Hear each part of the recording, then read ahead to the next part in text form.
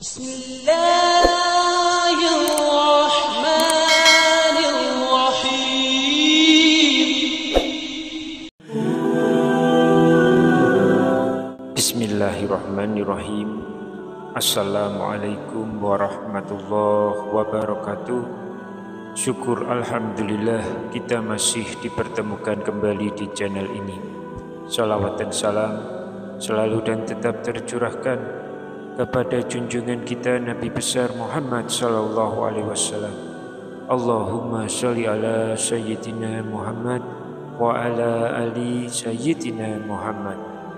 Harapan dan doa saya semoga sahabatku semuanya selalu diberikan kesehatan, dilapangkan rezekinya, diampuni dosa-dosanya, dipanjangkan umurnya, dan semoga kita tidak mati kecuali mati dengan beriman dalam Islam.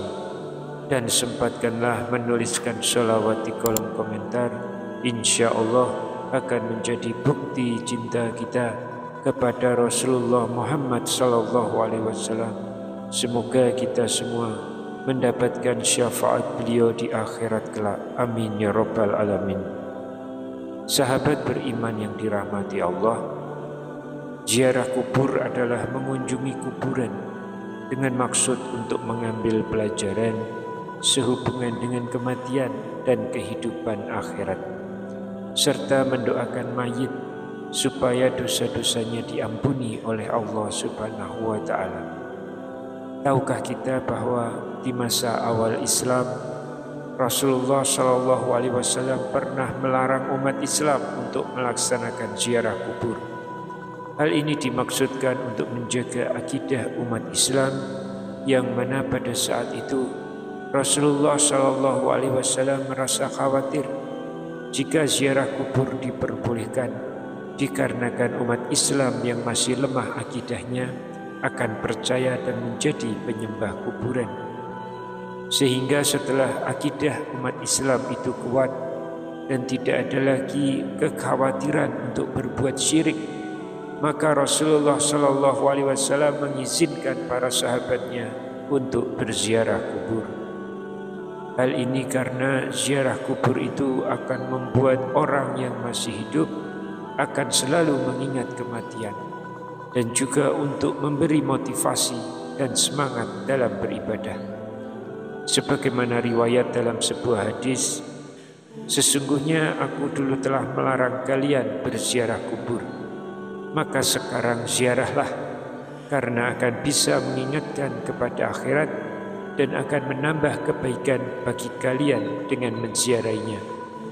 Barang siapa ingin berziarah, maka lakukanlah, dan jangan kalian mengatakan hujurat atau ucapan-ucapan batil. Hadis riwayat Muslim. Sahabat seiman yang dirahmati Allah, sebagai umat Islam penting bagi kita untuk mengetahui hal penting dari adab yang perlu diperhatikan ketika berziarah kubur. Yang pertama adalah mengucapkan salam kepada penghuni kubur. Hal sunnah pertama yang harus dilakukan ketika ziarah kubur adalah mengucapkan salam kepada ahli kubur. Ucapan salam ini dilakukan sebagai bentuk penghormatan dan doa yang disampaikan oleh orang yang melakukan ziarah kubur kepada mereka yang telah meninggal. Anjuran untuk mengucapkan salam ini hendaknya dilakukan ketika memasuki kawasan pekuburan atau hanya sekedar lewat di sekitar pemakaman. Adapun ucapan salam seperti ini dijelaskan dalam sebuah hadis. Istri baginda Nabi Siti Aisyah radhiyallahu anha pernah bertanya tentang apa yang seharusnya dibaca ketika ia pergi ke kuburan. Rasulullah mengajarkan bacaan, namun dengan substansi yang tetap mirip, yaitu mengucapkan salam, mendoakan kebaikan bagi ahli kubur, dan menyadari bahwa peziarah pun suatu saat akan berbaring di dalam tanah. Dan berikut ini adalah jawaban Rasulullah. Assalamu ala ahli diyar minal mu'minina wal muslimin, yarhamukumullahu mustaqdimin minkum wa minna wal mustakhirin, wa inna insyaallahu bikum lahikun, yang artinya assalamualaikum hai para mukmin dan muslim yang bersemayam dalam kubur. Semoga Allah melimpahkan rahmat kepada mereka yang telah mendahului dan yang akan menyusul kalian, dan yang telah mendahului dan akan menyusul kami. Sesungguhnya kami insya Allah akan menyusul kalian. Hadis riwayat Muslim. Kemudian yang kedua, tidak menggunakan sandal di kuburan. Adab dalam berziarah kubur selanjutnya adalah disunahkan untuk tidak memakai alas kaki ketika berjalan di atas kuburan. Hal ini dilakukan dengan tujuan untuk menghormati para penghuni kubur, seperti dijelaskan dalam sebuah hadis, wahai orang yang memakai sandal, celakalah engkau, lepaskan sandalmu. Lalu orang itu melihat, dan tatkala ia mengetahui bahwa yang menegurnya adalah Rasulullah SAW, maka ia pun melepas dan melempar sandalnya. Hadis riwayat Abu Daud. Imam Ahmad berpendapat bahwa larangan Rasulullah terhadap laki-laki yang memakai sandal di dalam kuburan sesuai hadis tersebut hanyalah makruh dan tidak sampai pada tingkatan yang haram. Jadi artinya masih diperbolehkan memakai sandal ketika masuk ke dalam kuburan jika memang tidak memungkinkan untuk melepasnya. Hal ini didasarkan pada sebuah hadis, sesungguhnya seorang hamba jika telah meninggal dunia, ketika diletakkan di dalam kuburnya dan telah pergi orang-orang yang mengantarkannya, sungguh hamba tadi mendengar suara sandal-sandal mereka. Hadis riwayat Bukhari dan Muslim. Lalu yang ketiga, mendoakan penghuni kubur. Berziarah adalah mengunjungi ahli kubur yang sudah meninggal. Salah satu hal yang baik untuk diberikan kepada ahli kubur adalah doa kita untuk mereka. Karena sesungguhnya satu hal yang paling diinginkan oleh para ahli kubur adalah kiriman doa dan amal kebaikan yang dihadiahkan untuk mereka. Hal ini sebagaimana dijelaskan dalam sebuah hadis, seorang mayit dalam kuburnya seperti orang tenggelam yang sedang meminta pertolongan. Ia menanti-nanti doa dari ayah, ibu, anak, dan kawannya yang terpercaya. Jika doa itu tiba kepadanya, maka itu lebih ia sukai daripada dunia dengan segala isinya. Dan sesungguhnya Allah menyampaikan doa para penghuni dunia kepada ahli kubur itu sebesar gunung. Adapun hadiah orang yang hidup kepada orang yang mati adalah memohon istighfar kepada Allah Subhanahu wa Ta'ala untuk mereka dan bersedekah atas nama mereka. Hadis riwayat Ad-Dailami. Adab yang keempat adalah tidak menduduki dan melangkahi kuburan. Ini adalah adab selanjutnya, bahwa ketika melakukan ziarah kubur, janganlah menduduki atau melangkahi kuburan. Yang diperbolehkan adalah berjalan di samping atau di antara pusara-pusara kubur.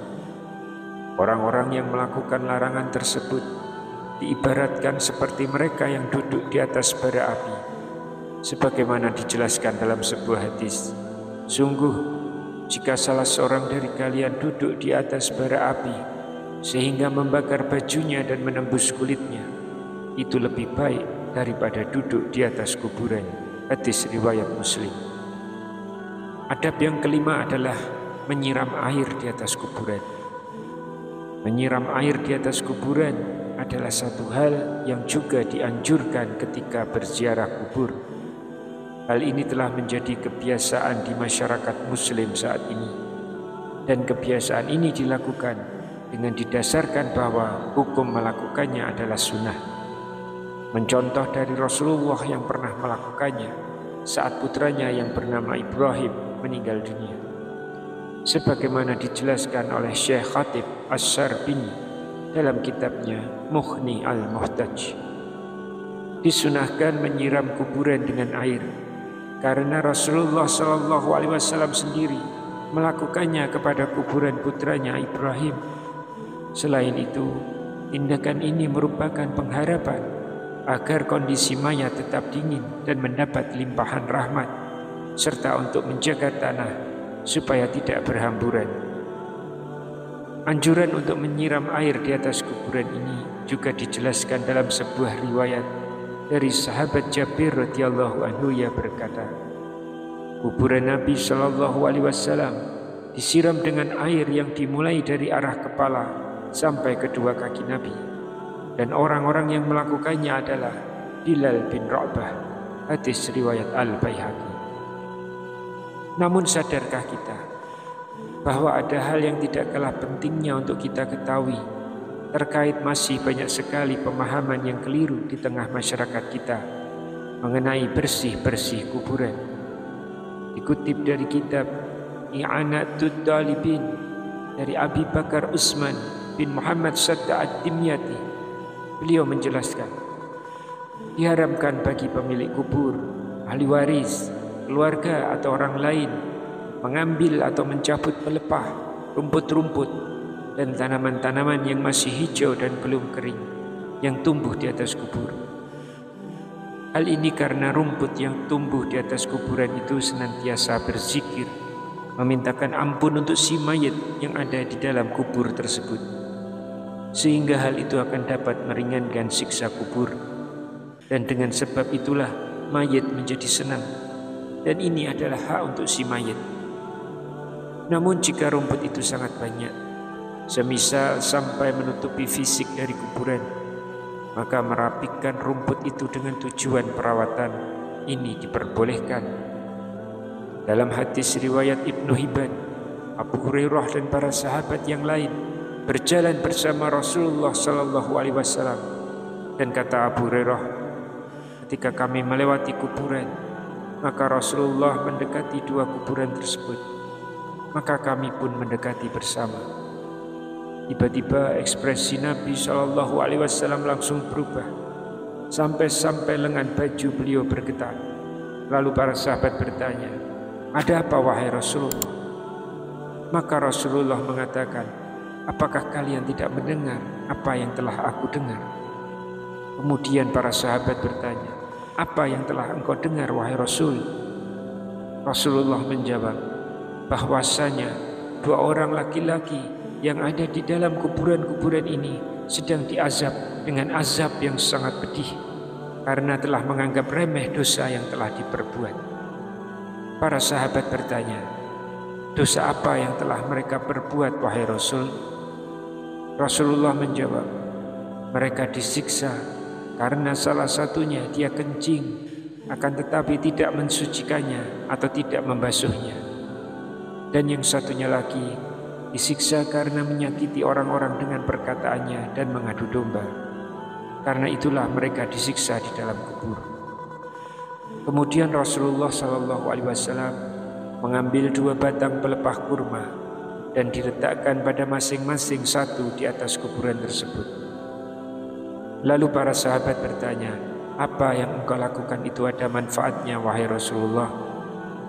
Iya, kata Rasulullah, pelepah kurma yang aku letakkan di atas kuburan tersebut akan selalu berzikir memohon ampun kepada Allah, sehingga azab mereka diringankan oleh Allah sampai pelepah kurma itu kering. Sahabat beriman yang dirahmati Allah, demikianlah beberapa adab dan anjuran yang sangat dianjurkan ketika berziarah kubur. Sungguh ziarah kubur adalah suatu peramalan yang sangat dianjurkan oleh Nabi, karena dengan berziarah kubur dapat membuat hati menjadi lembut, dapat mengingatkan diri akan kematian, dan menjadikan diri untuk menjadi pribadi yang tidak sombong. Wallahu a'lam bishawab. Demikian yang bisa saya sampaikan di kesempatan kali ini. Semoga dapat memberi manfaat untuk kita semua. Amin ya rabbal alamin. Wassalamualaikum warahmatullahi wabarakatuh.